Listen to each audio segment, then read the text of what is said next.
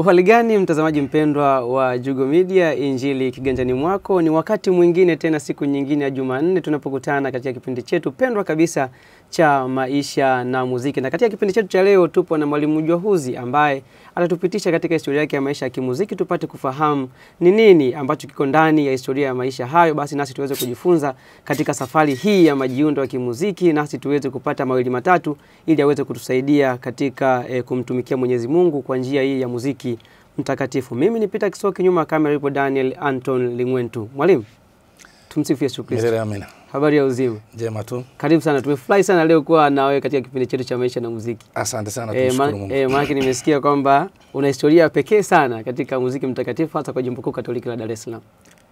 Ni historia ninayo kiasi fulani, lakini walau kale tutakaje na Mwenyezi Mungu basi tutaweza kuyazungumza. Shukrani sana mwalimu. Awali yote basi tufungulie kwa sala. Kwa jina la Baba na la Mwana na la Roho Mtakatifu. Amina. Mwenyezi Mungu, tunakushukuru kwa ajili ya wakati huu, tunakushukuru kwa ajili ya kipindi hiki, na tunakuomba mtume Roho wako Mtakatifu ayaongoze mawazo yetu ili yote tutakayozungumza siku hii ya leo yaweze kuwa chachu ya uinjilishaji katika muziki mtakatifu. Tunaomba hayo yote kwa njia ya Kristo Bwana wetu. Amina. Kwa jina la Baba na la Mwana na la Roho Mtakatifu. Amina. Asante sana mwalimu. Sasa tupitishe katika historia yako. Huyu Mjwahuzi ni nani katika ukamilifu wa historia yako? Asante sana mtangazaji. Mimi ni Sixbert Mjwahuzi.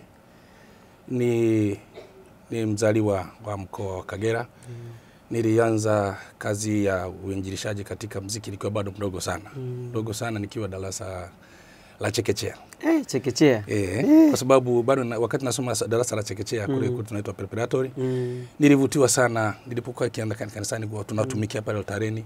Nikimwona mtu anacheza kinanda pale, yani kama nataka kupata kichafu. Unavurugwa. Yani natamani niache mavazi yale utumishi wa altari. Uende pale kumwangalia. Lakini sijui ninachokwenda kucheza, lakini alafu tukisalimia bila kinanda basi nilikuwa nasikitika sana. Basi nikaendelea hivyo hivyo katika utumishi wa altari. Baada ya hapo nikaanza darasa la kwanza, la pili. Na unakumbuka wakati huo kipindi kile unakuwa vidole baada havijaweza kukaa kwenye nota za kinanda, nota ni kubwa kuliko vidole.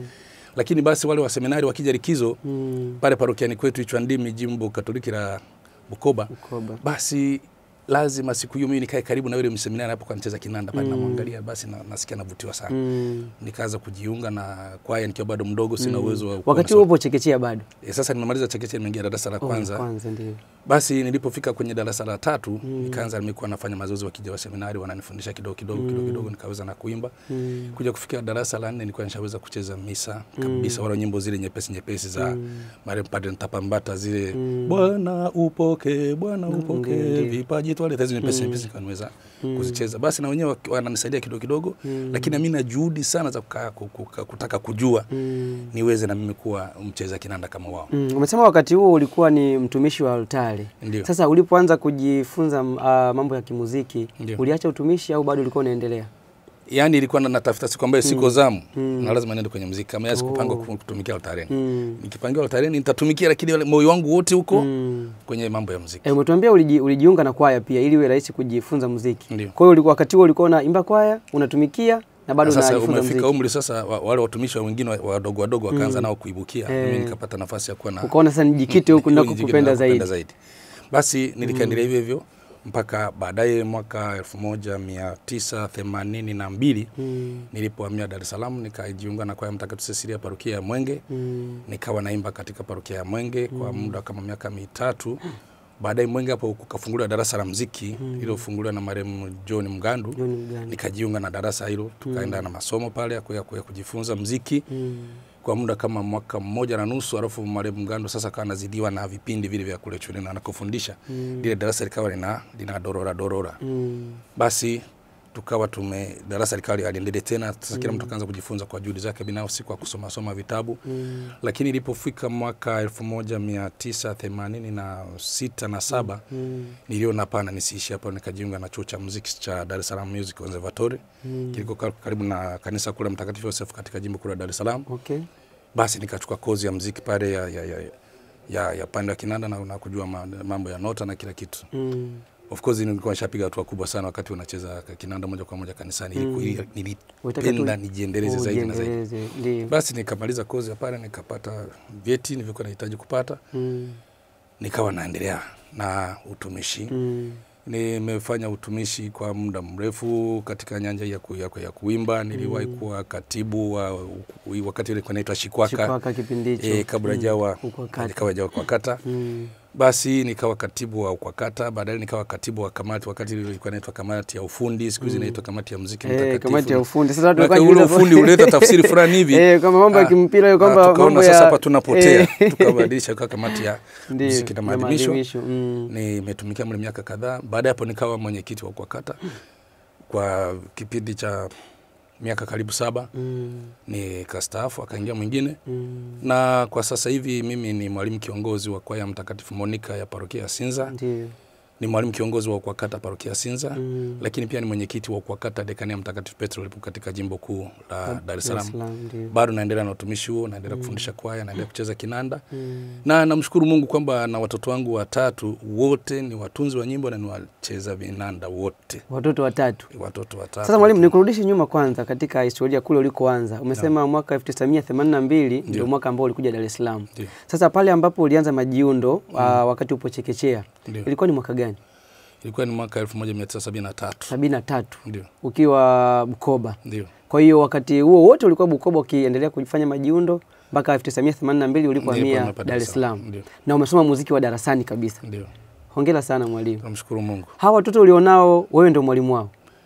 Mimi ni mwalimu ambao wanafanya muziki na nimewasaidia kwa kiasi kidogo sana kwa sababu na wenyewe walitumia utundu huo kama nilivyotumia wewe. Kwa mfano jioni ukitoka kazini umechoka hivi, unaingia kwenye kinanda, unacheza, unafanya mazoezi kidogo ku refresh mind, labda uchovu wa kazi na nini. Unachoka saa 3 saa 4 unaingia kulala. Ukiingia kulala utafikiri kile kinanda ulichokuwa unacheza umejirekodi. Kumbe ulivyoenda kulala wao walikuwa wanakusikiliza chumbani unacheza, nao wanaingia wanacheza. Unasikia mtu anacheza wimbo hivyo kama ulivyocheza. Nani huyo? Unafikiri labda kinanda kimejirekodi nani? Kumbe wao unapopiga kinanda wimbo fulani na wanaujua na wasikia kanisani, nao wanakariri kichwani. Akija pale anapiga vile vile ulivyokuwa unapiga. Sasa nimekuja kushtukia wote wamepata kipaji kile na wamejiendeleza kimasomo. Kwa kweli sasa hivi wako mbali mno, na tunamshukuru Mungu kwa ajili ya hiyo. Hongera sana mwalimu. Sasa ule mwanzo wao ni wewe au ni utundu wao? Ule mwanzo wao kwanza, kwa sababu mwanzo ndio unasemaga mgumu Mwanzo ilikuwa ni mimi. Ulikuwa ni wewe. Ile do re mi fa so hivi hivi na nini? Nafundisha kidogo na kwenda vidole, unajua kwa bado anakuwa mdogo hawezi kuja kwenye kinanda, lakini taratibu wanaweza. Siku moja nikamjaribisha mmoja tupo kanisani. Nikasema hebu hapa sina mtu wa kucheza kinanda. Hebu ndio ucheze wimbo fulani huu. Jana tulifanyia mazoezi nyumbani. Sasa nikampeleka kwenye kinanda kanisani. Jina Maria, jina tukufu. Alipopiga wimbo ule watu kanisani walishangaa. Kwanza miguu afiki chini kwa ninginia na ile hewani. Lakini alipiga wimbo ule perfectly mwanzo mpaka mwisho. Mpaka alipotoka kanisani watu walimpongeza sana. Tumfahamu ni nani huyo mtoto? Anaitwa Florian Mjauzi. Florian Mjauzi. Huyo ni mkubwa ndo mkubwa wa kwanza. Ndo wa kwanza. Anafuatiwa na Valerian Mjauzi, anamalizia Octavian Mjauzi. Wote ni wanamuziki. Wote na muziki. Hongera sana mwalimu. Unajivunia kiasi gani kuwa na watoto ambao wamefuata nyendo zako? Tunaweza kumwambia Mungu asante kwa sababu ameweza kukuza vipaji vyao kutoka kwenye familia yetu ambayo ni familia pia ya waimbaji wote kama tulivyozea watoto 8 wote ni wanamuziki kutoka wa kwanza mpaka wa mwisho. Lakini kama itosha hata baba yetu mzazi ni mwanamuziki. Ni bado yupo? Hapana. Alifariki. Ila alikuwa ni mwanamuziki mzuri tu. Mwanamuziki mzuri tu, mwimbaji, jioni amsali sala bila nyimbo, na atafundisha nyimbo zote. Nyimbo zote kwenye kitabu kikubwa tunazifahamu kichwani zote. Beti wa kwanza mpaka mwisho. Ndio. Kwa hiyo alikuwa ni mwanamuziki. Na ile siku ya Ekaristi Takatifu, kule kwetu kuna kuaga na utaratibu fulani ile siku ya Ekaristi Takatifu. Ule wakati wa maonyesho ule siku yenyewe Ekaristi Takatifu, wakati wa andamo la Ekaristi, huwa kuna ngoma kubwa la baragumu linapigwa. Kule Bukoba. Ninaponyanyuliwa Ekaristi hivi linapigwa ile kiki. Basi sasa ndio ilikuwa kazi yake ile siku hiyo. Linapigwa yani unasikia yani mji mzima unatetemeka. Kwa hiyo hata maandamano ya Ekaristi anakuwa nara amelivaa shingoni. Ile ngoma linapigwa kila Ekaristi inapokuwa inaonyeshwa pale. Kwa hiyo alikuwa ni mwanamuziki mbobevu na nisiseme kwamba labda tulirithi kutoka kwake. Au nafikiri baba ana mchango mkubwa sana wewe kuingia katika sana. Hongera sana. Kwa sababu kama nilivyokuambia hauwezi kusalisha sala hiyo ni asubuhi au ni ya jioni bila kuimba. Haiwezekani. Hongera sana. Unajivunia kiasi gani kuwa hapo ulipo? Mimi namshukuru Mungu kwamba ameniwezesha kufika mahali hapa na bado naendelea kutumika na nitaendelea kutumika mpaka hapo labda Mungu atakaposema sasa nguvu zimefika kiwango usaafu. Lakini kama bado nina uwezo wa kufanya hivyo, lazima nifanye kazi hiyo kwa uwezo wote ambao Mungu atakuwa amenijalia. Hongera sana mwalimu. Nikupongeze pia kwa kuwafanya watoto wako wapende muziki, kwa sababu bila mchango wako pengine wasingefika hapo ulipo. Kwa sababu sio kila mwalimu ana watoto ambao wamefuata nyendo zake. Kwa sababu nilikuwa naulizia hapa historia ya John Mgando, nafikiri hata wewe utatuambia baadaye kwamba alikuwa na watoto 3 na hakuna hata miongoni mwao anayejua tado. Sasa nikawa nashangaa kweli inawezekanaje wakati sisi ndo tunategemea kwamba John Mgando pengine angeacha kitu fani kwa watoto, lakini yote ni mapenzi ya Mungu na ni mpango wa Mungu. Kipaji kila kiko kwao, yani akiwavutia ni kweli. Unaweza kuwa na wewe baba ni mchezaji mzuri sana wa mpira, lakini mtoto akawa ni hawana interest kabisa. Hongera sana mwalimu. Nashukuru sana. Mgando alikuwa ni mtu wa namna gani? Kwa sababu umetuambia kwamba ni mtu ambaye pia alikuwa sababu ya wewe kujua muziki kwa kiasi fulani. Ni kweli, namshukuru sana huko aliko, Mungu amrehemu. Ndio. Alitoa mchango mkubwa sana kwangu kwa sababu alipokuwa akija kusali pale parokiani kwetu Mwenge wakati ule kabla sijamia parokia ya Sinza, alikuwa akitusikiliza tunaoimba. Siku moja akaniita akasema wewe njoo. Nikamwendea nikamsalimia, tulikuwa tumemwomba aje kuchezea kinanda, ilikuwa ni siku ya Pasaka au Christmas, siku moja hapo ambayo sikumbuki vizuri. Basi ilikuwa ni Pasaka lino na nilikuwa naimba mbiu. Basi akaniita usiku nilimba mbiu na kesho yake asubuhi nikawa naimba maimbilizi ya wimbo wa katikati. Hapo ulikuwa umeshamfahamu au bado? Yeye. Niliona alikuwa anaitwa kama walimu wengine wanakuja pale, mwalimu wetu Barnabas Biabato anapokuwa haipo labda na dharura, basi wanaenda na muomba kutoka kule anakuja pale, namuona kama walimu wengine, sijavani fahamu historia yake ya kimuziki. Basi aliponiita akasema wewe naona kama kuna kitu ndani yako na unatakiwa kujifunza muziki zaidi. Nasema nimeona una kipaji. Nikasema kama ni kweli basi, akasema basi kusanya na wengine hapa Mwenge umkamilishe tengeze darasa. Basi tukaitana kama 12 walikuwa darasa kidogo inatosha. Basi naye akavutiwa kana kutufundisha pale. Yaani tukaona kwamba huyu kumbe ndo tukaja kugundua huyu ni mwanamuziki, sio kama walimu tunaoitwa kama ni mwalimu ambaye amenibobevu, amesomea muziki, anakuja kutufundisha sasa rasmi. Hapo ndo kaanza kumjua kwamba ndo nikaanza kumjua sasa, nikaanza kufuatilia baadaye tukaanza na zile nyimbo zikaanza kutoka zile moja za kwake. Basi nikaanza kumfahamia kutoka hapo mpaka ilipofika mpaka kipindi anaaga dunia tu. Kwa bado tuna mtu ambaye tumeshirikiana naye kwa karibu sana, ametupa msaada mkubwa. Mimi wakati wewe nikiwa katibu wa kamati ya muziki, tulikuwa tukienda kwake kutafuta baadhi ya muziki ambayo tuweze kupata, yeye anayo. Na ikatusaidia na sisi kusambaza hizo nyimbo zake nyingi zikaenea karibu Tanzania nzima na nje ya Tanzania. Ndio. Hongereni sana mwalimu. Asante. Hongereni sana. Hongereni kwa kuwa sehemu ya uinjilishaji kwa Jimbo Kuu Katoliki la Dar es Salaam na tuseme Tanzania nzima kwa ujumla na ulimwenguni kote. Kwa sababu hizi nyimbo ambazo watu wanazitunga, ambazo mnazitunga, mnaziimba, zinaimbika maeneo mengi. Juzi kati hapa tumeona kuna wimbo fulani hivi wa Bernard Mukasa unaimbwa mpaka huko wapi sijui Marekani, kuna wazungu na wazungu nimeona wanauimba sijui mimina neema zako mimina. Muone uinjilishaji wetu hapo Mukasa anakuwa ameinjilisha kwa sababu hata wale wa Marekani wanaanza kuangalia wimbo umekaje, watatafuta tafsiri maana yake ni nini, watajua kama wanamuomba Mungu amimine neema kwa watu. Basi anakuwa amefanya ujirishaji wa kutosha. Hongera sana mwalimu. Asante. Umetuambia kwamba wakati unaanza kuupenda muziki, ulianza kupenda namna ambavyo kinanda kinapigwa na nini. Sasa wakati umeanza kuutumikia, yani kujifunza, ulianza moja kwa moja kwenye kinanda kama ulivyopenda au ulishauriwa kwamba anza na nota bwana ili uweze kupiga kinanda vizuri? Sasa si ajabu mimi nakwenda kujifunza nota nimeshajua kinanda tayari. Yaani wewe niambie wimbo wote pale nitausikiliza, alafu hata kama siwezi kusoma nota kujua huko ufunguo gani na ngazi gani, lakini nitasikia pale poimba na ulipoishia nitaweza kuingia kwenye kinanda nitacheza. Na yani utakuta kwamba unaucheza perfect, baadaye kuja kuangalia kwenye nota uko vile vile. Nota nimekuja kujifunza baadaye baada ya kumeshajua kinanda. Ni hali kadhalika na wale watoto nilikuwa nakusimulia, nao walimekuja kujua nota baada ya kujua kinanda. Watu wanasema kwamba huwa kuna ugumu fulani ukianza kujifunza kinanda afu ukaja kujifunza nota. Ni kama ukishajua kinanda unaona nimeshamaliza. Kwako ilikuwaje? Ndivyo ilivyo, lakini hii inategemea na kipaji na jinsi ulivyojaliwa na baraka za Mwenyezi Mungu. Lakini ilivyo kama nilivyozungumza ni kweli, ukianza kujifunza kinanda baadaye nota zinakuwa ni ngumu sana. Unaona kama ambaye ameshamaliza na pia kinanda. Lakini sasa ukishajua kinanda unakuta kila kitu ni chepesi mno. Chepesi mno. Kwa hiyo haikunisumbua wala kunipa shida yote. Hongera sana mwalimu. Na ulichukua muda gani mpaka umejua kinanda tangu ulipoanza kujifunza? Yani hapo siwezi kuambia muda maalum, lakini nilianza labda kujua kinanda kusema kama naweza kupiga kanisani wala misa mwanzo mwisho Ilinichukua kama miaka 2 au 1.5 miaka 2 nilikuwa nishakuwa tayari. Kwa sababu ni kitu ambacho nimekaa kwenye akili yangu yake inanisumbua mno. Inanisumbua mno, yani nitake njue nikacheze kama fulani. Nicheze kama fulani. Kwa mfano yuko Mwalimu Fidelis Kashumba. Nilipokuwa nikimwona akija likizo amekaa kwenye kinanda anacheza pale. Yani mimi nasikia kama nywele zinanyonyoka kichwani. Siku na mimi nipige kama yeye. Na katika watu ambao nilijaribu kuiga sana kutoka kwa pia na yeye alikuwa msaada kwangu, kwa sababu na yeye nilikuwa nasikiliza albamu alizocheza, akikaa kwenye kinanda muangalia vizuri sana anavyokaa anatunga. Kwa kweli naye Mwalimu Fidelis sina budi kumshukuru pia. Wakati huo yeye alikuwa anaishi wapi? Maana umesema alikuwa akija likizo. Yeye akija likizo alikuwa mara anakaa Dodoma. Kuna kipindi alikuwa bado anasoma sekondari. Kwa hiyo kila kitoka huko alikokuwa kwenye majukumu yake, akija likizo kule nyumbani basi anamfuatisha. Hata nilipokuwa nimeshamia kwa Dar es Salaam tukakutana naye huku, basi nilikuwa najaribu kuiga baadhi ya vitu ambavyo ninaviona kwake kwangu vinanifaa sana.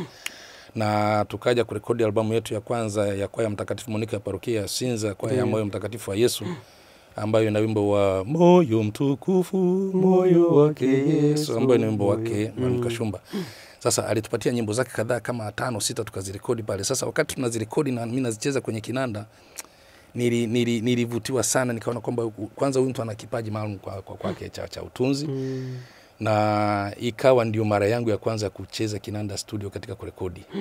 Na nilipelekwa studio bila kujua kwamba mimi nakwenda kucheza kinanda. Wakati tunafundisha hizo nyimbo kwenye tunafanya maandalizi, mimi nikiwa nikifika nyumbani jioni nimechoka, napiga kwenye kinanda kidogo, napiga. Tumefika studio, mtu ambaye tumemwandaa kuja kucheza kinanda yupo, lakini anasema mimi sina uwezo, nyimbo hizi siziwezi. Wakati huo umeshazisolve au bado? Mimi yani sikuzisolve kama naenda studio kurekodi. Mimi naenda studio kwenda kupiga ngoma, mimi nilikuwa na uwezo wa kupiga ngoma. Nitapiga ngoma wakati tunarekodi, baadhi ya nyimbo nitaimba.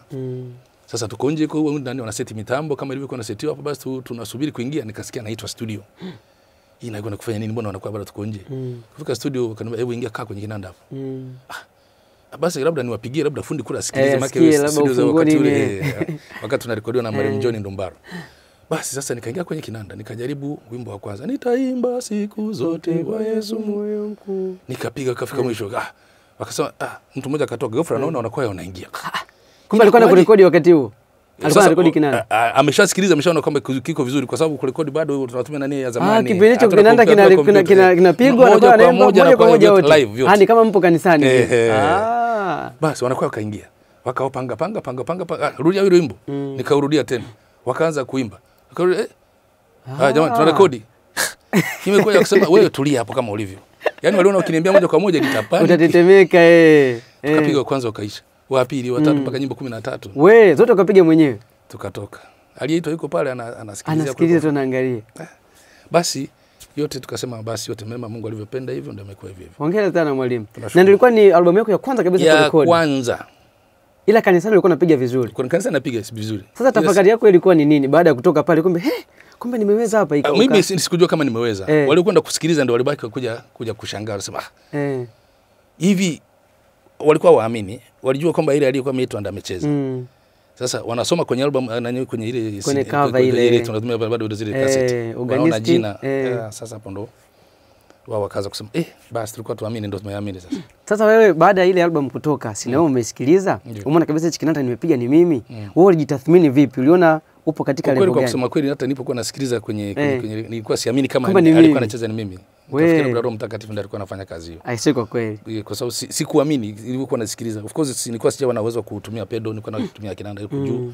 Ila ni kinanda kikubwa kinajaa, hata ukisikiliza mpaka leo unasikiliza kama kinakuwa kimejaa kama vile kuna na pedal. Hongera sana mwalimu. Tunashukuru sana. Mwalimu, unatunga nyimbo? Nyimbo ninatunga, lakini chache mno. Mimi nikiona kuna wimbo fulani na fulani mimi naona kwa nini nitunge wimbo kama ule ulishatosha, ule umeshatosha, ule umetosha. Yaani wasipendi kurudia kwenye nyimbo ambazo hapana. Labda itokee kwamba sasa hapa hatuna namna na tumebanwa, sina wimbo wote wa kutumia, ndio naweza nikafanya hivyo. Au pia interest yako ni ndogo katika utunzi, ukifundisha na kupiga kinanda. Nikasema hivyo, mimi napenda nipate nyimbo za watu nizicheze, nipate nyimbo za watu nifundishe kwa ya iimbe. Hapo ndo nakuwa napenda sana. Hongera sana mwalimu. Mwalimu, umeongoza Jimbo Kuu Katoliki la Dar es Salaam kama mwenyekiti wa UKWAKATA. Ndio. kuna ugumu kiasi gani kuendesha gurudumu kubwa kama hilo ukiwa kama kiongozi, kama mwenyekiti au unaweza kusema rais wa ukokata Jimbo Kuu Katoliki la Dar es Salaam? Asante mtangazaji, ni swali gumu, ni mzigo, ni kazi nzito, si kazi nyepesi. Inahitaji maongozo ya Roho Mtakatifu, kwa sababu wale watu unaoongoza wana misimamo na mitazamo tofauti. Kitu kidogo tu kidogo ni kesi, na wana uwezo wa kuitengenezea ikawa kesi kubwa. Sasa unapoongoza watu wa namna hiyo, unahitaji kutumia hekima na busara za hali ya juu. Ndio naona tunaunda magrupu, lakini unaweza kukuta inafika mahali fulani wanalazimika grupu walifunge ili baki kwa viongozi tu, ili kusudi watu wasiandike vitu lakini sasa unatakiwa vitu vile visikie. Usipobisikia watu watabaki navyo kule. Ndio kama vyama vya upinzani, kama lazima viwekwe ili serikali kuu ijue hapa tunakosea, wapi tufanye. Ndio hivyo. Sasa lazima usikilize hapo wanalalamika kama wanakosea. Sasa katika wanayotirika wanayoyaleta yale, unaangalia ili tuachane nalo, ili halina muhimu, huyu anaongea tu. Lakini hapa kuna kitu tusipofanya hivi, hiki kitaibuka, hiki na hiki. Kwa hiyo unayasikiliza yote, unayachambua, alafu unatoa kitu kwamba hiki na hiki na hiki wamelalamika, hiyo tukifanyie kazi. Hiki na hiki, lakini ukifunga utapata nani yao, utapata nini wanachopenda watu wenyewe. Kwa hiyo kuongoza kundi kama lile kubwa inahitaji utumie hekima na busara, na ombe maongozo ya Roho Mtakatifu akusaidie kuliongoza lile kundi. Na ukifanya hivyo utafanikiwa kwa kiasi kikubwa sana. Katika kipindi chote cha uongozi wako, kuna wakati ushafika ukakata tamaa, ukaona sasa mbona kama mambo yanakuwa magumu, yamenielemea mimi, naona tu basi bwana? Hapana, haikuwahi kunitokea. Sikuwahi kukata tamaa hata mara moja. Nilipambana na kukutana magumu mengine ambayo siwezi kueleza hapa. Lakini bado unakomaa, unasema Mungu yupo, atasema upande wangu na yatafikia ukomo, yatatatuka na tutaendelea vizuri. Na kweli ndivyo-fanyika. Umehamia Jimbo Kuu la Dar es Salaam, umesema mwaka 1982. Ndio. Kuanzia mwaka huo mpaka hivi sasa, unaona kama jimbo linakuwa kimuziki au jimbo linakuwa kimuziki sana. Linakuwa sana. Watunzi wamekuwa wengi. Wanaosomea muziki ni wengi. Na ukiangalia kuna muziki mtakatifu na kuna muziki mwingine wa kawaida tunaita yule wa sebeni wa nini. Lakini ukiangalia nyimbo nyingi unavyozisoma, unaona kwamba watu wengi sasa hivi wanaelekea zaidi kwenye muziki mtakatifu wa Kanisa Katoliki. Na muziki wa Kanisa Katoliki ndio unaolitangaza kanisa lenyewe. Kwa sababu ukipiga hizi nyimbo nyingine hizi za kawaida hizi zinazoelekea katika madhehebu mengine, baada ziutangazi ule ukatoliki wenyewe. Nikupe mfano, siku moja nilikuwa Zimbabwe. Dominika asubuhi nikatafuta mara pa kwenda kusali, si mwenyeji, nikamtafuta taxi driver nipeleke kwenye kanisa Katoliki. Alikule kuna vikanisa vingi hivi vilivyoibuka. Kila nikienda hapa asema sini hapa, kwa sababu yeye bahati mbaya yule dereva anayepeleka hajui Katoliki na sio Katoliki. Kila nikisimama tu nikisikia kinachofanyika kule ndani, kama hapa sio. Hata kama hujaingia ukisikia tu nyimbo mfano hiyo, yani tuko gaitini kule mbali, nasikia kinachoendelea kule ndani, hapa sio. Kwa sababu wanasali kwa kilugha siwaelewi. Tumefika mahali fulani, tumezunguka makanisa 4 au 5. Niliposikia tu kutoka kule mbali, pale ndo penyewe. Hapa hata ukiniacha hapo wewe ondoka zako. Aliniacha hapo. Kwa sababu ni nini? Nilisikia walivyokuwa naimba kule ndani. Wanaimba kwa virugo vyao sielewi. Niliingia moja kwa moja, kufika pale nikakuta padre kavani, padre ipo, watumishi wapo na kila kitu, mishumaa. Kajua hapa nimefika. Wakaimba wimbo mwingine, unaisikia ule uimbaji wa Kikatoliki wenyewe. Kwa hiyo Ukatoliki wenyewe unajitangaza bila kwa nani. Kwa hiyo pia nichukua nafasi pia kuomba na watunzi wanaotunga, basi wajielekeze zaidi kwenye utunzi wa nyimbo za Kikatoliki. Hongera sana mwalimu. Mwaka 1991 kama sikosei, nilikuwa sijazaliwa, lakini nilivyosikia ni kwamba Baba Mtakatifu ndio mwaka ambao alikuja hapa nchini Tanzania, kama sikosei. 1990. Septemba tarehe mosi. Septemba tarehe mosi. Najua ni kwa nini unakumbuka sana. Na historia inaniambia kwamba wewe ni miongoni mwa watu wawili ambao walipiga kinanda siku ya adhimisho hilo la misa takatifu. Alikuwa anacheza marehemu Stanislaus Mujwahuki. Ndio. Na marehemu John Mgandu. Ndio alikuwa anacheza kinanda. Sisi tulikuwa waimbaji. Mlikuwa waimbaji? Mbona kama kuna mtu aliniambia umecheza kinanda? Sasa wanachukaga Mjwahuki na Mjwauzi. Mjwahuki na Mjwauzi. Hongera mwalimu. Ulikuwepo katika lile adhimisho la misa takatifu. Na utaratibu wa kipindi kile wa kiuimbaji ulikuwa ni upi? Utaratibu tuseme kwamba ujio wa Baba Mtakatifu Yohane Paulo wa Pili ndio ulikuwa mwanzo wa kutengeneza ishi kwa kandogo au kwa kata ndogo. Kwa sababu wakati ule ilikuwa haijakuwepo. Sasa imetangazwa kwamba anakuja Tanzania. Sasa anakuja, itaimba kwa ya nani? Ukienda St. Joseph pale ukichukua kwaya pale hata ukichukua kwaya 2 bado zitoshi kwa umati utaka kuwepo. Ukienda Msimbazi wakasema hapana, twende kwaya sasa zote tukachukue baadhi ya watu tukawaunganisha pamoja. Basi wana nini? Waunde kwaya moja. Nyimbo zitengenezwe ziandaliwe vizuri, wafanye mazoezi. Na ndilicho kilichofanyika. Kwanza ikachukuliwa kwaya ya Mtakatifu Cecilia kutoka Mwenge, wakarekodi nyimbo zile za makaribisho za kutoa taarifa kwa watu kwamba kuna kitu kinakuja. Ilipomaliza hivyo wanaofu ndo wakaanza sasa kutengeneza ile kwaya rasmi ya kuja kuimba ile siku yenyewe ya tukio. Hilo lilikuwa ni wazo la nani la kuanzisha UKWAKATA ndogo? Alikuwa ni viongozi wa jimbo ulikopo wakati ule na waliturujia walitengeneza manake kikao kikubwa ambacho kilikuwa kikiongozwa na maremo Sinyori Mbiku kwa sababu ndo alikuwa na ratibu zoezi zima. Wakapata mawazo hayo wakaona bora tutengeneze kwaya moja kubwa itakayoimba siku ile kwenye viwanja vya Jangwani hapa ambapo alifikia Baba Mtakatifu. Hongera sana mwalimu. Unafikiri uwepo wa UKWAKATA ndogo umesaidia kwa kiasi gani katika utekelezaji wa majukumu ya kijimbo kama utume wa UKWAKATA? Unasaidia sana. Ile UKWAKATA ndogo ni kikundi ambacho kinasaidia mno. Kwa sababu likitokea tukio lolote kama ni la ghafla, wao wako tayari kwa sababu wana kuwasiliana kwa mara moja, wanafika wanafanya zoezi labda la siku 1-2, limetokea jukumu la jimbo ghafla kuna kitu kinafanyika. Kwa mfano inatokea saa nyingine hata uliona majuzi hapa padre mmoja amefariki. Sasa unakuta UKWAKATA ndogo tayari wameshafika. Wanaandaa nyimbo zao, wanakwenda kuimba. Na kwa sababu ni kundi ambalo limeundwa kwa kipindi fulani limekuepo, limeshakuwa na umoja wa ukaribu sana yani wana maelewano ya karibu sana, ishakuwa kama ni kwaya moja.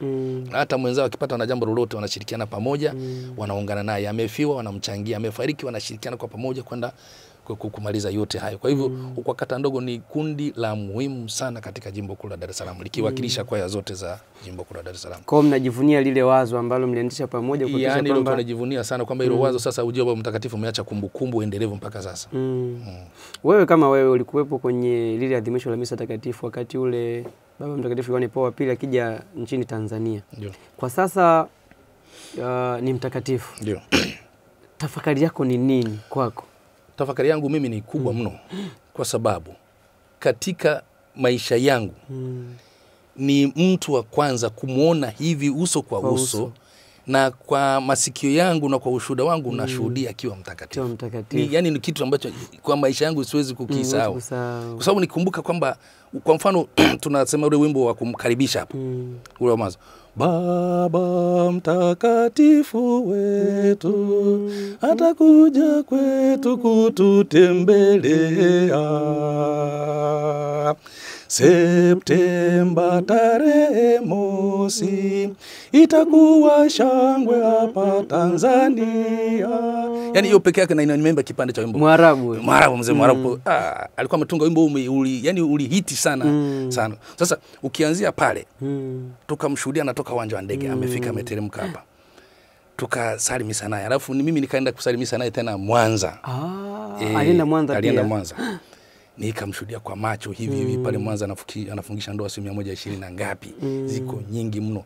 Alafu baadaye imefika wakati wake ameitwa kwa Mungu. Alafu tumeshuhudia kwa macho anatangazwa mtakatifu. Kwa kweli ni kitu ambacho ni historia pekee kabisa. Hasa mimi kwa maisha yangu kwa nilivyomshuhudia ndivyo anavyonigusa yeye. Kwa hiyo kila ukifikiria ukivuta ile taswira kwamba nilikuwa namuona uso kwa uso, unaona kabisa utakatifu kumbe inawezekana. Na unakiona kinawezekana.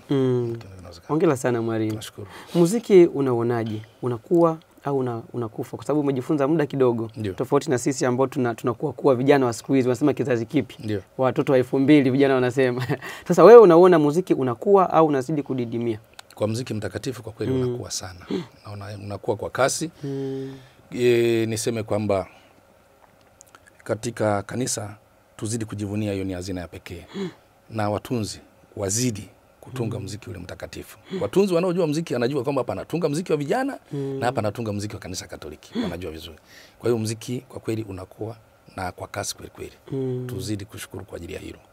Ndio. Wakati wa uzinduzi wa kitenge cha UKWAKATA pale Baraza la Maaskofu, nakumbuka rais wa Baraza la Maaskofu Mwasham Wolfgang Pisa wa Jimbo Katoliki la Lindi alisisitiza sana kwamba wanakwaya jitahidini kuimba nyimbo za zamani ili kuwashirikisha waamini wakati wa maadhimisho ya misa takatifu. Kwako wewe kama mwalimu mkongwe, ili unalizungumziaje katika kwaya zetu? Kwenye kwaya zetu na mimi napenda niliwekea msisitizo mkubwa sana. Na kwa namna ya pekee mtu anayeweza kubahatika kutembelea kwaya yetu ya Mtakatifu Monica ya parokia ya Sinza jimbo kuu la Dar es Salaam anaweza kulithibitisha hilo. Kila Dominika lazima tuweke wimbo mmoja wapo au hata 2 3 za zamani waamini washike. Na tunazo wimbo sio kwamba ni mpya zimefungwa juzi, tunazo wimbo ni nyimbo ambazo zimepita kipindi labda cha mwaka 1 2 3 tunaendelea nazo, hatuzibadilishi. Mfano Dominika inayokuja mtu aje pale Sinza atasikia wimbo Baba pokea vipaji hivi sadaka ya mwanao mpenzi. Wimbo ulitungwa na mwalimu Padre Ntapambata mwaka 1972. Lakini ukija Sinza utasikia nyimbo kama hizo zipo. Ukija wakati wa kuabudu Ekaristi Takatifu, Alhamisi ile saa takatifu, utazipata nyimbo zote tunazotumia kwenye kuabudu. Maana yake pale ukija kwenye kuabudu Sinza kanisa linakuwa limejaa hivi, wanakwaya wako wengi. Baba paroko wetu Padre Boniface Mwashinga anahamasisha wanakwaya kushiriki, amehamasisha waamini kushiriki ile saa takatifu Alhamisi. Kanisa linakuwa limejaa. Kwa mfano leo ni siku ya leo kuna kuabudu pia. Kwa hiyo muziki mtakatifu kwa nyimbo za zamani ni bado ni muhimu sana, unavuta waamini, wanashirikishwa ile adhimisho la liturujia, kwa sababu tunaambiwa liturujia ni adhimisho la hadhara. Kwa hivyo na waamini tunapenda washiriki nao katika uimbaji. Sio sisi tunawatumbuiza, tunaimba watu wanamaliza labda tupigie makofi au tunafika mwisho mtu amefumba mdomo. Hapana. Tunapenda nao washiriki. Hongera sana mwalimu. Asante, nashukuru. Na hapo katikati kulikuwa na mazungumzo ya mvutano kwamba kuna watu wanasema muziki wa kanisa Katoliki unaharibika kutokana na uwepo wa masebene, kwamba masebene hatakiwi kuimbwa kanisani, pengine ni nyimbo za kutumbuiza kwenye majukwaa, kwenye matamasha na nini. Ili kitaalamu lipoje kwa utashi wako wewe? Mimi kwa utashi wangu ningesema kwamba tunapokuwa kanisani tuimbe zile nyimbo za Kikatoliki. Zile za kusebeneka, zile tunazoziita za sebene, kwa kweli zinaondoa uwepo wa Ukatoliki, kwa sababu lazima ukimba nyimbo zile utalazimika kucheza. Na uchezaji wake sio kuyumba tunavyoambiwa kawaida, labda kupiga makofi upande na upande. Lazima kuna namna fulani ya kuzicheza zile kanisani. Kama ni wakati wa kutoa sadaka, kama ni wakati sio kufanya nini wa maandamano, lazima watu kuna uchezaji ambao utatuondoa kwenye ule uwepo wa Mungu katika ile ibada. Ndio maana wanasema zile zitumike kwenye majukwaa ya nje, lakini mle kanisani tutumie zile nyimbo ambazo ni zinazoeleza wale zina tafsiri liturujia yenyewe kama ilivyo. Ndio. Hongera sana mwalimu. Asante. Mwalimu, umeongoza UKWAKATA kwa takriban miaka 7, UKWAKATA jimbo umesema kama mwenyekiti. Ndio. Na mpaka sasa hivi kuna changamoto kubwa sana kwenye UKWAKATA, hasa kuanzia ngazi ya parokia, dekania. Yaani linapokuja swala la misa zile za pamoja, kwa mfano Kipaimara, kama sehemu kuna kwaya 2 au 3. Yaani unakuta idadi ya wanakwaya wanaokuwa kwenye UKWAKATA ni wachache kuliko idadi ya kwaya moja. Unafikiri hili linasababishwa na nini? Kwa sababu limekuwa ni tatizo sugu. Mimi karibu kila sehemu ninakoenda nakutana nalo. Unafikiri hili jambo linasababishwa na nini? Jambo hili linasababishwa na umimi ule ubinafsi kwanza, linaanzia pale. Sisi kwaya yetu ni bora kuliko kwaya B. Kwaya B wanasema sisi ni bora kuliko kwaya C. Sasa kakisha kuwepo kale ABC, sasa ABC wote wanakuja kukaa pamoja, waimbe pamoja, atakuwa na wewe A unaimba vibaya. C anakuwa na huyo uimbaji wake, yule mkaza mwalimu ajue muziki. Sasa hivi naanziaga pale. Hiyo ni namba 1. Lakini ya pili inakuja sisi tuko wengi. Wataenda mimi kama mimi leo na mambo yangu, kwanza jana tulikuwa mazoezi, sasa nataka UKWAKATA leo. Hapana. Mimi leo na mambo yangu naenda nayo. Sasa mimi simesema mimi na wewe umesema mimi na yule amesema na yule. Sasa ile mimi wako wengi wanakwenda. Mnajikuta siku wanakuja kwenye mazoezi wako 24 na kwaya ya UKWAKATA wako 120. Sasa haya mawili hayo nimejaribu kufuatilia, nimeona hasa ndo yanasababisha. Ukiacha ule kila kwaya kujivunia kwamba yeye ndio ina maarufu zaidi au ndo anajua zaidi, alafu inakuja sasa la pili yake kwamba tutakuwa wengi. Tukiwa wengi hata mimi sipokuepo hapa onekane kama gap inapokuwa kwenye kwaya yangu sauti ya kwanza hivi, maana yake mwalimu atakuwa huyu hapa na huyu hapa. Sasa hapa tuko wengi, sauti ya kwanza wako labda 40 wanatosha. Sauti ya pili 28, sauti ya tatu 24, basi anaona kikosi kikubwa kinatosha. Kwa hiyo huyu anajiondoa. Sasa mawili kwa kutafiti haraka ndio yanafanya ile UKWAKATA inakuwa inasua. Kama tukio la UKWAKATA parokia linasuasua sana. Unafikiri nini kifanyike mwalimu ili kukomesha hii tabia ya wanakwaya kujiona mimi leo siende, au mimi kwa wetu inafahamika sana kuliko kwa acha wale waende? Zipo njia mbili. Njia ya kwanza ni semina. Mtu ajue utume wa uimbaji, anawajibika kufanya nini. Ili akipata semina ya kumwelimisha zaidi akajua ile utume anaoufanya, maana yake na tafsiri yake, naamini kwamba huyo mtu atajituma kupenda kuja. Kwa sababu ukikaa kusema kwamba mimi siendi soko wengi, wewe hauna moyo wa utume. Utakuwa kwamba wewe unakwenda tu kwa sababu kwa sababu ya kwaya yako. Lakini njia ya pili ni kuomba maparoko. Kuna maparoko ambao wamesimama kidete kwa ajili ya hili, na sehemu nyingi wamefanikiwa. Kwa sababu kuna maparoko anasema kwamba haupo kwenye ukakata hauji, na kwenye kwaya yako basi jiondoe kabisa. Kwa sababu akitumia ile katiba jinsi ilivyo, katiba ya ukakata taifa, inamuongoza vizuri ya kuweza kuwarutisha pamoja wale kuwabana, wakahakikisha kwamba wanarudi kwenye ukakata, wanahudhuria mahudhurio mazuri. Kuna parokia zinafanya vizuri sana. Ukienda kutoka kwa 120 na yani wanaimba tena, wameshaanza kuelewana kwa raha zao, mpaka wengine wanarekodi na album kabisa. Lakini kwa sababu ya msukumo wa mababa wa kiroho katika parokia, sasa wameshazoea kitu cha kawaida. Mababa wa kiroho wakijipanga vizuri, wanaweza wakaleta mabadiliko makubwa sana katika kuwarudisha ukakata kwa wamoja. Ndio. Mwalimu, ukakata au wanakwaya kwa ujumla, sisi ni muhimu sana katika kanisa. Ndio. Sana. Wanasema akitoka padri, baada ya padri anayefuata ni mwanakwaya. Kwa sababu unashirikiana kuandaa liturujia. Ndio. Lakini imekuwa tofauti katika mitazamo ya watu, kwa sababu tunachowaza sisi kama wanakwaya kichwani ni kuimba tu. Yaani yale mambo mengine ya kiroho, kwamba sisi ni mstari wa mbele katika kuhakikisha kwamba image zetu kwenye jamii zinakuwa ni nzuri na matendo yetu mema yanaakisi kile ambacho tunakifanya. Huyu mwanakwaya utamkuta kwenye njia ya msalaba haji. Kwenye rozari takatifu haji. Sijui kwenye ibada gani haji. Yeye akitaka kwenye kuabudu haji. Katika wanakwaya 100 kwenye kuabudu utakuta 2, 1. Sasa hii mwalimu, wewe unaizungumziaje? Ni kama nilivyotoka kuzungumza kwamba kunahitajika semina, yani semina za uhakika, semina za makuzi ya kiroho, semina za kumfanya muimbaji atambue kitu anachowajibika kufanya katika kanisa. Kwa sababu wakita njia ya msalaba haufiki. Wewe unaisalia wapi? Yani wanakwaya wengi tunajipa moyo kama mimi sinafanya mazoezi ya kwaya. Ndio ulikuta kwamba hata michango ya zaka watoi, na michango yote ya kanisa usike. Mimi sadaka yangu ilibibita kanisa moja, nikakuta wanakwaya wako wengi 68 kwaya moja kanisani. Umefika wimbo wa sadaka, anasema twendeni sote kwa Bwana, twende tukatoe. Wakaupiga ukafika mwisho, ukaja hawaamini wote sinyanyukeni tukatoe sadaka. Umefika mwisho waamini wote wameisha, wote hapa. Mimi ilipoisha nikaifa, jamani, huku kuna utaratibu kutotoa sadaka, umeshaimba misa labda misari ya kwanza, hii ni ya pili, labda umetoa asubuhi ile imeisha. Wakasema hapana, sisi watu wagi sadaka huko. Sasa sadaka yetu ni kuimba, tumemaliza. Sasa vitu kama hivyo wanakuwa wanahitaji kuelimishwa kabisa kwa kiwango cha juu, wale wasiofanya mambo kama hayo. Mimi natoaga mfano mwingi, kama ikiwezekana basi watu hata wenye nafasi wapite kwenye parokia yetu ya Sinza, jimbo kuu la Dar es Salaam. Wanaweza kujifunza kama hivyo. Siku kuna njia msalaba wanakuwa wamejaa wote, na wakimaliza wanaorodhesha majina waliohudhuria. Siku ya saa takatifu wamejaa wote, na ni ukakata. Wanakuja pale wanaimba zile nyimbo zote, na kinanda kinapigwa, inakuwa ni shangwe kama sio kipindi cha Kwaresma.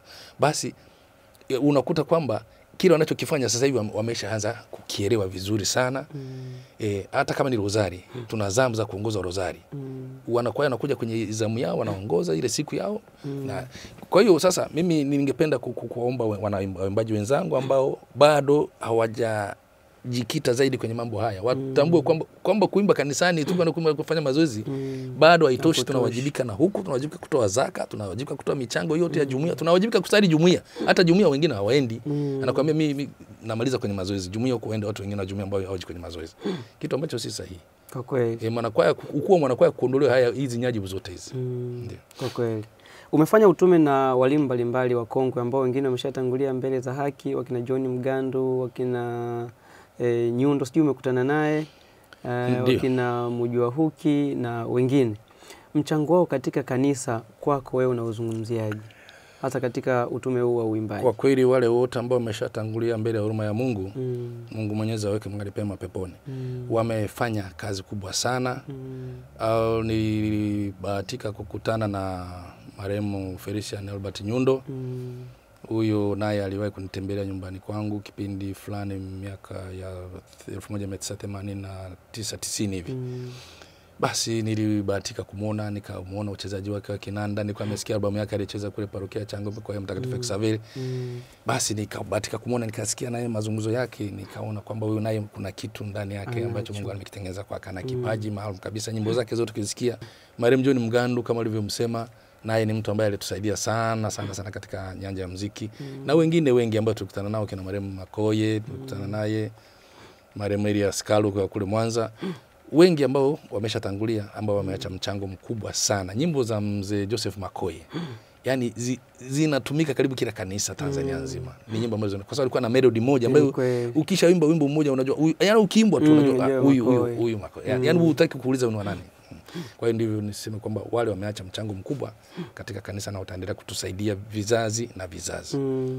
Wapumzike kwa amani. Amina. Kwa sababu wanasema ukiwa sema unafanya kitu acha alama. Uache alama. Ukishaondoka ile alama itazidi kukuenzi vizazi na vizazi. Kwa hiyo wamefanya kazi kubwa sana na itaendelea kutumika hivyo. Kwa kweli tuombe pumziko la amani. Amen. Tumzungumzie kwa namna pekee Mwalimu Mwarabu ambaye mlikuwa naye na mpaka sasa hivi yuko hai, yuko Ifakara pale. Kwa kweli tunamshukuru Mungu kwa ajili ya maisha yake. Huyu mtu ameweka mchango mkubwa sana katika kanisa.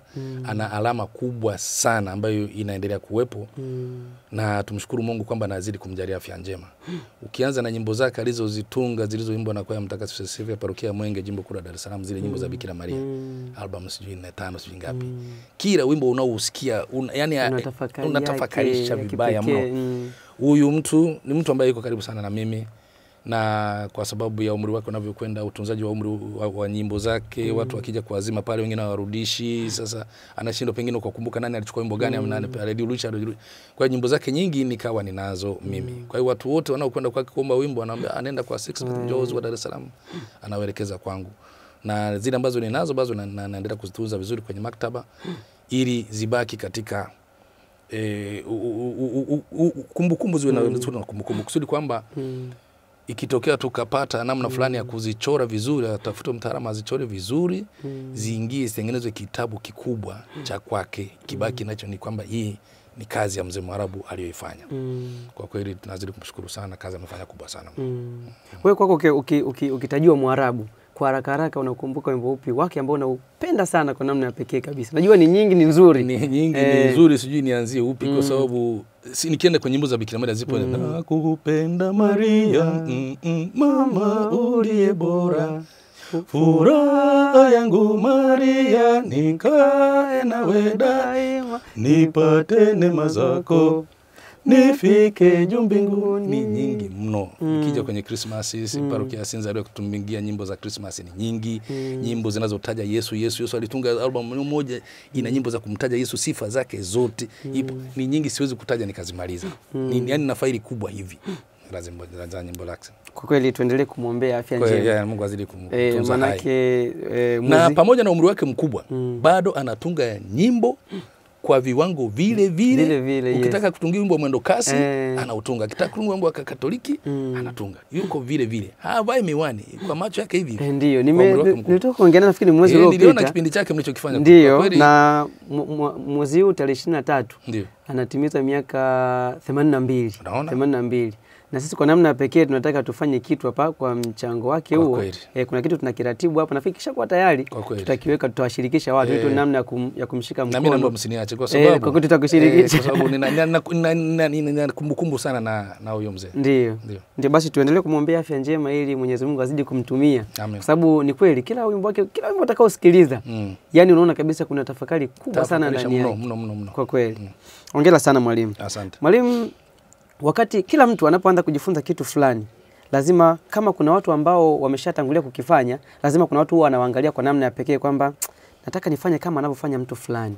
Sasa wewe ambapo unaanza kujifunza muziki kwa namna ya pekee kinanda, ulikuwa unatamani kuwa kama nani ambaye kwa kipindi kile ulimwona kama anafanya vizuri sana, anapiga vizuri? Either ni huko kwa parokiani kwenu Bukoba au Tanzania kwa ujumla na sehemu nyinginezo. Aha, asante.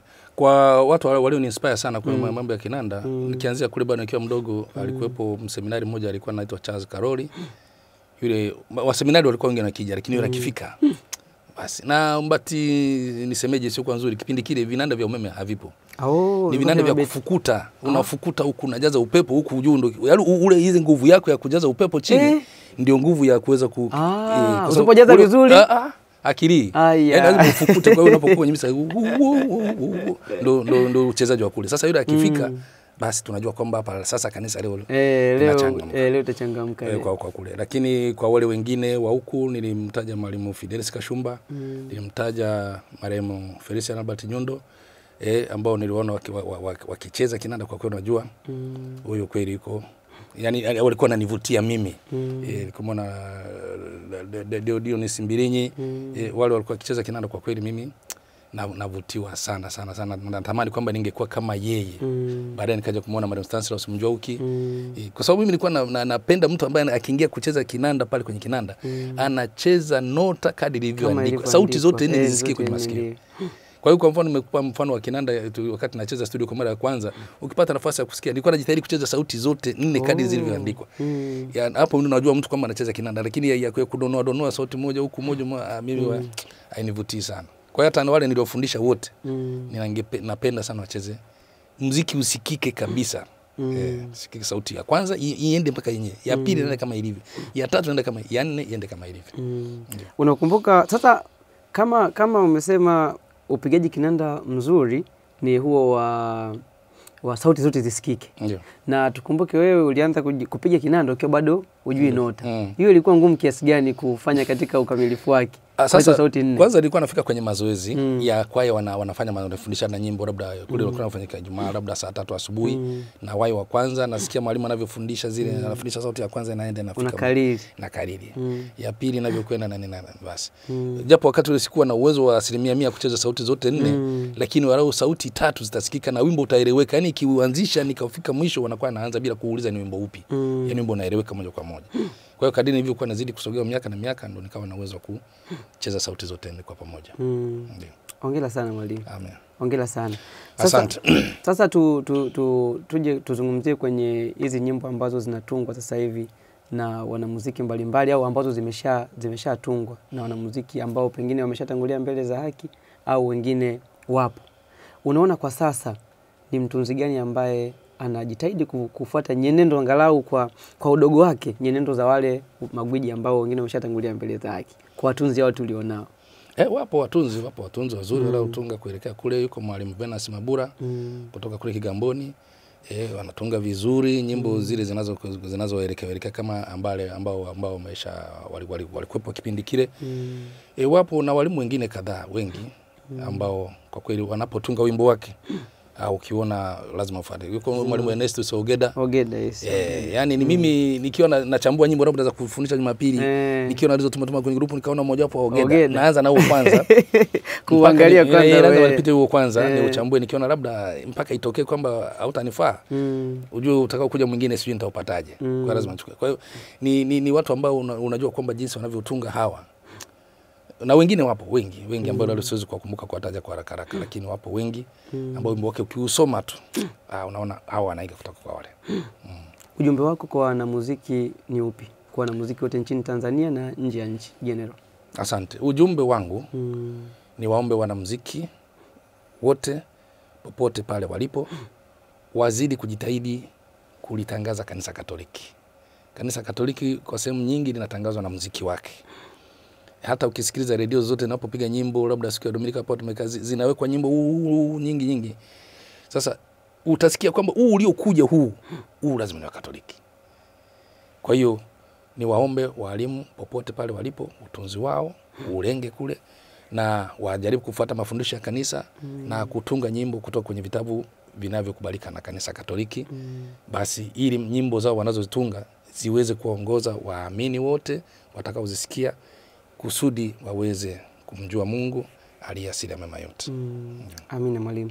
Mwalimu, tukiwa tunaelekea mwishoni mwa kipindi chetu, wakati huo mnaanza kurekodi miaka ya 80 plus huko, mlikuwa mnatumia ule mfumo wa kurekodi wote kama kwaya, kama kanisani vile. Kinanda kinakaa pale, wanakwaya pale, sijui wa ngoma yuko pale, sijui mtu anapiga kachupa yuko pale. Wote humo. Na mrekodi kwa pamoja, jambo linaenda. Na kuna huu mfumo wa sasa hivi ambao studio wanaweza wakaja sauti ya kwanza wakaingiza wakaenda nyumbani, kesho wakaja ya tatu. Unaona ni mfumo upi ambao ukiutumia muziki unakuwa mtamu zaidi kwako wewe? Mimi kwangu nilikuwa nimezoea sana ile ya pamoja, ile zamani, kwa sababu mnakuwa wote pamoja na zile feelings hisia unapokuwa na unaimbisha, kuna kusema kwamba tutaimba kwa kiwango fulani, hapa tutapanda tafanya hivi, mnakuwa tofauti na wale sauti ya kwanza walikuja jana, walivyoshuka sivyo wanataka na walivyopanda sivyo, bado kuna, lakini basi kwa sababu ndio mfumo uliopo sasa. Lakini mimi ningekuwa nisema ni tupige kura. Ule mfumo kama na studio nzuri, ule mfumo bado ulikuwa ni mzuri tu. Ule mfumo. Hata mimi bana, mimi napenda sana ukiniwekea kwa mfano wimbo Nakupenda Maria, ule ambao ulirekodiwa miaka ile, na hata sijui wakirudia kwa namna gani kwa mwaka huu. Unaona ule ndio una make sense, yani ndio kuna namna fulani, kuna ka feeling fulani hivi kale ka kizamani unakapata. Ndio kumbuka walivyorekodi Cecilia kule Mwenge, alafu kwa nyingine kaja karekodi ya kule ambayo sipendi kuitaja. Wameimba vizuri kwa mipango ya kisasa, lakini bado ukisikia bado watu wanapenda kabisa. Watu wengi wanapenda kabisa. Kwa hiyo sasa mimi ungekuwa unaniambia kwamba tutumie mfumo gani, mimi ningependa mtu akijenga studio akaijenga vizuri. Kwa mfano ninayokuambia hiyo tulikuwa tunatumia ya tulirekodia album ya kwanza ya Moyo Mtakatifu Yesu mwaka 1991. Ilikuwa ni studio chumba kikubwa, ila kina kama wametenga fulani hivi vyumba. Sauti ya pili wanaingia kwenye chumba kimoja, wameweka kama mashuka vuguru, na hivyo sauti nne na ngoma na kachumba kake. Mwimbishaji anapanda juu ya meza pale, mnaweza wote humo, ngoma, kinanda, vyote humo, muziki unatoka super. Kama mtu anaweza kufanya hivyo sasa hivi, bado ni nzuri zaidi. Kitu kizuri kwa kweli.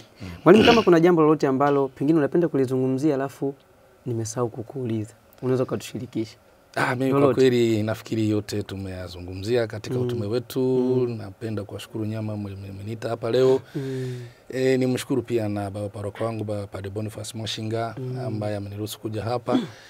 Na niwashukuru na viongozi wa kata wa Jimbo Kuu la Dar es Salaam wanaoendelea katika maandalizi haya kuelekea adhimisho la Jumatatu ya Pasaka. Basi tuzidi kumwomba Mungu atujalie afya njema ili tuendelee katika utume wake na tuweze kuyatekeleza vyema yote yaliyoko mbele yetu kwa sifa na utukufu wake. Sasa kabla tujamaliza kabisa, umetamka hapo kuhusu Jumatatu ya Pasaka. Ili adhimisho kwanza nini chanzo chake na lililenga nini Jumatatu ya Pasaka? Adhimisho la Jumatatu ya Pasaka lina historia kadogo kwamba ilikuwa kila ikifika Jumatatu ya Pasaka wanakwaya walikuwa wanafanya mashindano ya kwaya. Wanakutana pamoja kushindana ajulikane nani mbabe wa siku hiyo.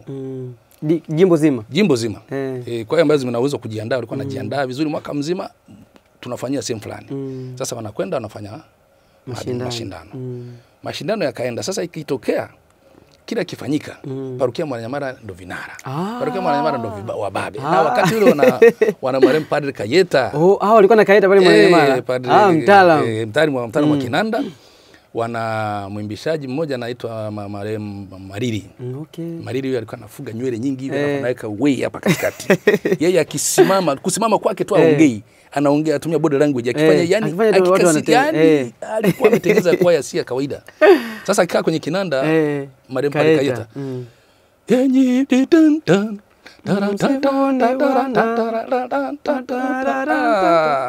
kwaya kijimwaga pale, hakuna kwaya nyingine nathubutu. Mwaka wa kwanza, wa pili, wa tatu, wakasema pana. Hapa kuna kitu majaji wanakipitia hapa mpaka ikawa sasa ni vurugu. Kila kimaliza wanalamika, mbona simimi vizuri bwana. Mbona kila siku wao mnawapendelea. Siku moja ikatokea sasa walirushiana mawe. Ikawa yani tamasha likuisha. Sasa wakasema bana tupumzishe kwanza hivi. Sasa wakaja na wazo kwamba sasa hapa tubadilishe. Badala ya kuja kushindana, tuje tusali pamoja, tukuze Mungu kwa ajili ya Pasaka iliyopita, tumalize kila mtu. Ndo historia yake ilianzia hapo ya Jumatatu. Hiyo ilikuwa ni kabla ni baada ya kuanzisha kwa kata, ameni Shikwaka wakati ule au kabla? Baada au kabla? Ni kabla. Kabla hata ujio wa Baba Mtakatifu. Kabla hapo. Ilikuwa ni mwaka 1977 kama sikosea huko. Ilikuwa ni kabla kwa sababu hapo ilikuwa ni kila kitu kikutana ni mashindano. Sasa mara mwisho ikatokea kwamba hawa kila mwaka wenyewe kuna nini? Lakini basi ndio hivyo ilikuwa na wale watu walikuwa naimba kwa viwango vikubwa sana, hata walirekodi na santuri. Ilikuwa wakati ule bado kunatumia mfumo wa santuri. Ukisikiliza nyimbo walizorekodi wakati ule ilikuwa na nguvu kweli kweli.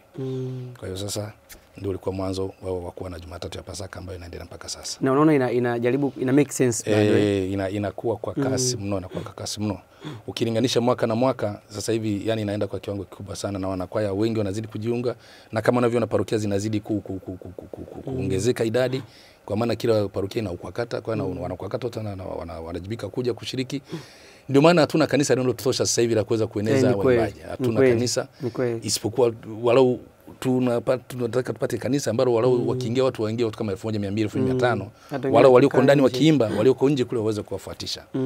Ndio kinachofanyika sasa hivi. La mwisho kabisa, ushirikiano wa walimu Jimbo Kuu Katoliki la Dar es Salaam upoje? Kwa sababu nimeliona kuna siku huwa mmetenga kukaa pamoja kama walimu na kula pamoja na kunywa pamoja. Hii inawasaidia kwa kiasi gani kustawisha umoja wenu?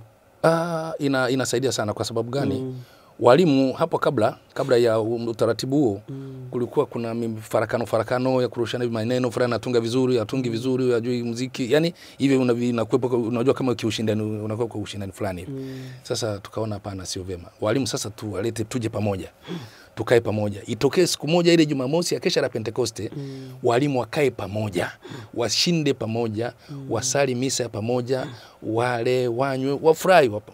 Na kutoka pale sasa wakaanza kuwa nashirikishana vipaji. Basi kumbe hii ikaonekana imesaidia sana kuwaleta pamoja, hasa walimu wa Jimbo Kuu la Dar es Salaam. Wakaunda na grupu lao, nyimbo wanapeana mle, wanajadili mambo yao mle, akipata mtu shida ile wanapambana nayo mumu. Sasa tumeona majimbo mengine wameiga, mpaka sasa hivi kuna na grupu la taifa.